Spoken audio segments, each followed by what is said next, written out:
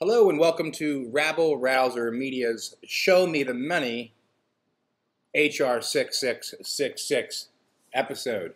So Show Me the Money is going to be looking into who gave the main sponsor of HR 6666 their money for their political election in the year 2019 or 2020. And we're going to get that in a second. But first, let's see what HR 6666 authorizes, which, by the way, COVID-19 TRACE Act stands for testing, reaching, and contacting everyone. Now that's pretty clear, contacting everyone. Everyone what? In the world, the country, the town, I don't know, pretty vague. And it gets even more vague as we go down here. To authorize the Secretary of Health and Human Services to award grants to eligible entities, that's pretty important, to conduct diagnostic testing for COVID-19 and related activities such as contact tracing through mobile health units and, as necessary, at individuals' residences. Now, it's been necessary, by the way, so far to close the entire world's economy. It's been necessary thus far to put face masks on everyone. It's been necessary thus far, it seems, to not really give a crap about the religious services that are going on. So if you think that the federal government, when they say as necessary, won't necessarily come into your house when it says right here they can do it, and all these Snopes and different sites are trying to say this is not true. What does as necessary mean at individuals' residences? That means if somebody refuses, then the government will necessarily come and stick your ass with a needle in your residence, and for other purposes. The other purposes, which is interesting, is that the only thing that's left out of here, testing, reaching, contacting everyone, would be then to what? For other purposes? To vaccinate everyone. So when it says that this law does not include vaccinations, you're correct. It doesn't include vaccinations directly, but what it does say is it allows other purposes.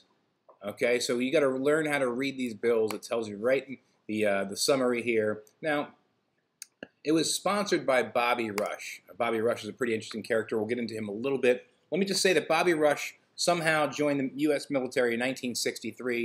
In 1966, was still with the U.S. military as an anti-missile operation group in Chicago, Illinois. The interesting thing is in 1966, when he was supposedly still in the military, he joined SNCC, which was a Student Nonviolent Coordinating Committee, goes on to really co-opted the Black Panther Party in Chicago, claims that he was the founder when there was already a founder there prior to him, a party, I should say, prior to him, and did a little Christopher Columbus on the Black Panthers in Chicago. Bobby Rush, while he was still in the military, joins the Student Nonviolent Coordinating Committee, and then in 1968 says he went AWOL for the military and formed the Black Panthers in Chicago, which was a militant Black Power group in the late 60s and 70s. And if anybody knows anything about the late 60s and 70s, they had a thing called COINTELPRO, where any Black Power movement, any type of black leader was being watched by the U.S. government. So how would Bobby Rush, yo Bobby, how did you become AWOL from the military, but somehow you were on the front page, here let's just see, I'll show you, he's on the front page of several newspapers, prominent newspapers in Chicago. So here we go, this is the 5 Panthers in Chicago shooting refused to testify. Now this is the front page of Chicago, let's see, is this front page? Not front page, let's see, it's page 6 in Chicago Tribune, right? So look.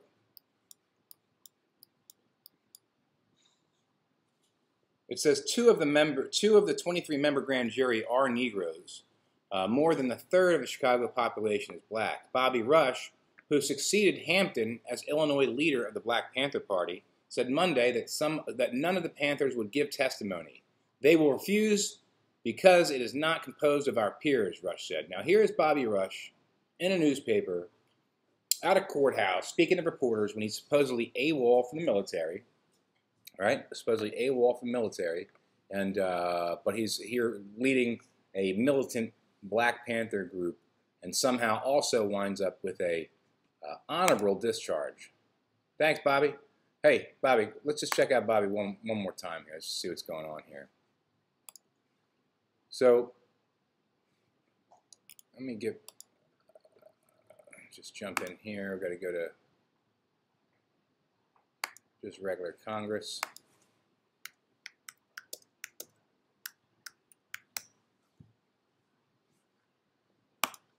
And here's his finances. So let's see how much Bobby Rush brought in 2020 and who gave it to him.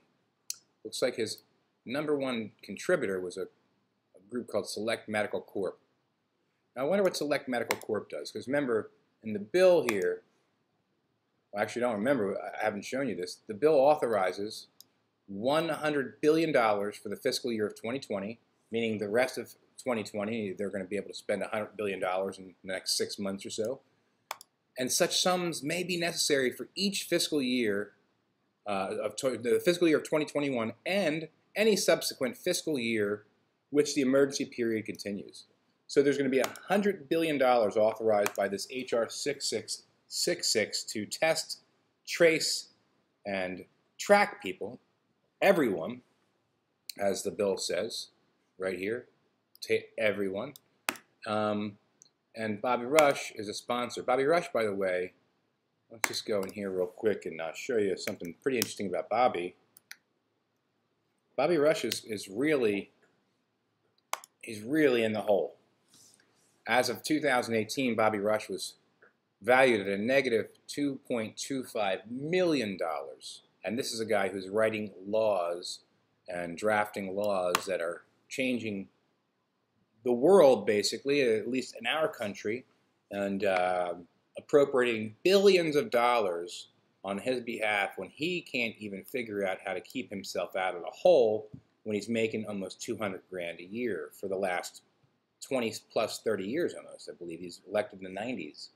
So here's another butte right here. This is Dwight Evans. Dwight Evans is a congressperson from Pennsylvania. I got him on the radio the other day and asked him what he thought about H.R. 6666 and what if he supported it.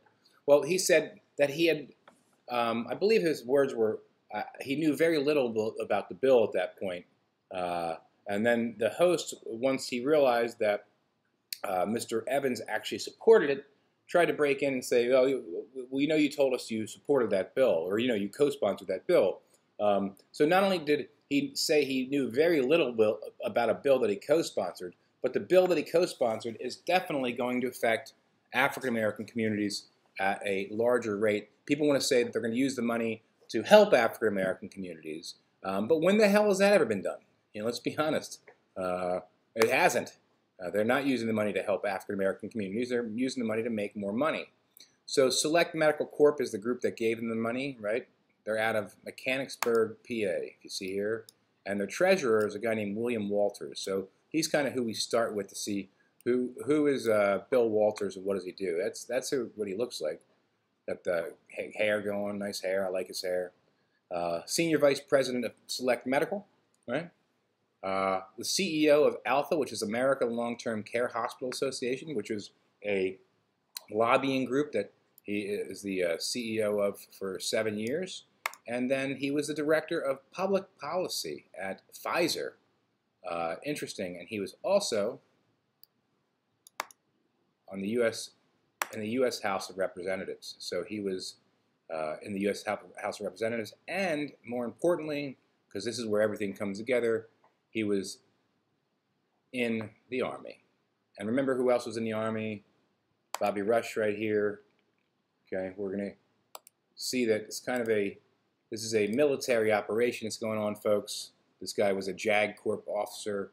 He's now the vice president of a group called Select Medical that we will see gives a lot of money. $2 million in just 2019, basically, $1.95 million in lobbying, and a little bit over $1 million in contributions to candidates. And who was their biggest, who they contributed to? Well, the recipient was American Economic Renewal, the first one, which, by the way, is a political Action Committee that all the money that goes into it, that $630,000, comes from Select Medical. So basically, they gave themselves, or this group, American Economic Renewal, 630 grand to go out and play with. But the second name on the list is Bobby L. Rush, meaning that he got the second most amount of money from Select Medical as they gave out in that year. And you can see other politicians down here that are listed, right? So let's take a look. What does Select Medical hold? What holdings do they have? They have Concentra, they have Select Medical Group, they have NovaCare, which all these places are either hospitals and or urgent care centers, and then you have rehabilitation centers, all types of different rehab centers they own. I mean, this thing just keeps going. Kessler Rehabilitation, Matrix Rehabilitation, so they have all these beds that they need to fill up with people, but they need money to pay for those beds, you know, so that's where that $100 billion is going to come in, folks, so they can line up homeless people and poor people who they claim have COVID-19 and put them in basically forced rehab programs and be very American about it. Now, this is Rocco Ortenzio. He is the bigwig, the chief of Select Medical. He's the one that founded it with his son, Robert Ortenzio. And what I really found most interesting about him, other than he's extremely rich and you know, has like football stadiums named after him, was that Ortenzio was made a Knight of the Order of St. Sylvester. Now, the Order of St. Sylvester is no small potatoes, folks. It is a knighthood awarded directly by the Pope. Like, the man got knighted by the Pope in Vatican City, and he is a knight of the Vatican, knight of the Order of Knighthood. Okay, come on, this is a big award right here, and I'll tell you how I can tell you it's a big award. Let's see who else got this prestigious award. There will be done, and that's the Pope right there, one of the popes. One day in July of 1944, as Second World War raged through Europe, General William Wild Bill Donovan was ushered into the chamber in the Vatican City with Pope Pius. Donovan bowed his head reverently as the pontiff intoned a ceremonial prayer. Now look, this is where it's really interesting. This award has been given to only 100 other men in history. Huh? Now that's a pretty prestigious award there. 100 other men, and one of them being Wild Bill Donovan, which, if you don't know about Wild Bill Donovan founded the Central Intelligence Agency. And so the head of the CIA, the original founder of the CIA, is also a Knight of Sylvester, which this owner, Rocco Ortenzio, is also a Knight of Sylvester. So the head of the U.S. CIA received the same knighthood as the head of Select Medical. And Select Medical is paying for the campaign of Bobby Rush, who put up H.R. 6666, which allows for people to enter our homes whenever they want, basically, as necessary to deal with this COVID-19 pandemic. And the reason why they're going to enjoy that is because the CIA's always wanted to get inside of our homes. They didn't want to do it legally, but it is what it is. So just real quick before we go, because you got to follow the money, you got to know where does the money go, and how do these people know? On 1/6/2020, Rocco Ortenzio gifts meaning gives 400,000 shares of his stock on January 6th of 2020, just 7 days after the China announced that there was a novel coronavirus outbreak. And you'll see that he had left 797,143 shares, meaning he got rid of more than 1/3 of his stock. 1/3 of his stock. And guess what he did? He didn't sell it directly. He gifted it. And you can see this here. He gifted it to the Rocco Ortenzio Descendants Trust. So what happens is, as an insider like Rocco Ortenzio is, he actually has to report his trades publicly so people can see what's going on. Now, how do I know that? We can even look at, let's see here, I'll find it very quickly. So as you see here, it was interesting because on March 2nd of 2020, you have this Simply Wall Street, it's like a newsletter that comes out, and it's asking if people should be nervous in March of 2020, March 2nd of 2020, because the Robert Ortenzio, you can see, recently divested $323,000 worth of shares in the company at an average of $28.17, which was the top, basically the top that this stock got. Now, that being said, look, it was only 0.1% of their holdings. Now, this is about 11,000 shares that were traded. Things like 11,500 shares, and they're reporting on it on March 2nd, saying, "Hey, should we be aware? Be wary of this guy getting rid of $323,000 worth of shares." When just a month and a half, 2 months before that, he had dumped 400,000 shares at one time. Not 11,000 shares that you reported on and asked people should be worried.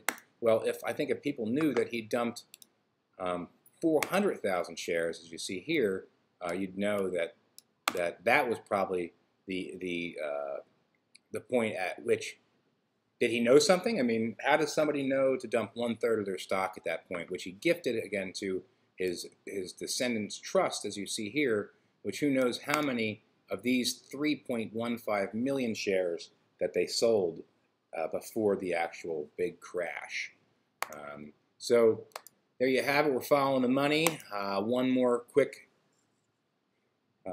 portion here is at 1/8 of 2020, Robert Ortenzio also gets rid of 300,000 shares. So in just 2 days, these two insiders from Select Medical got rid of 700,000 shares, and nobody reported on it. That wasn't a flag for insider trading at that point. Well, how could they know anything? I mean, nobody in the world knew, except for the WHO, what was going on.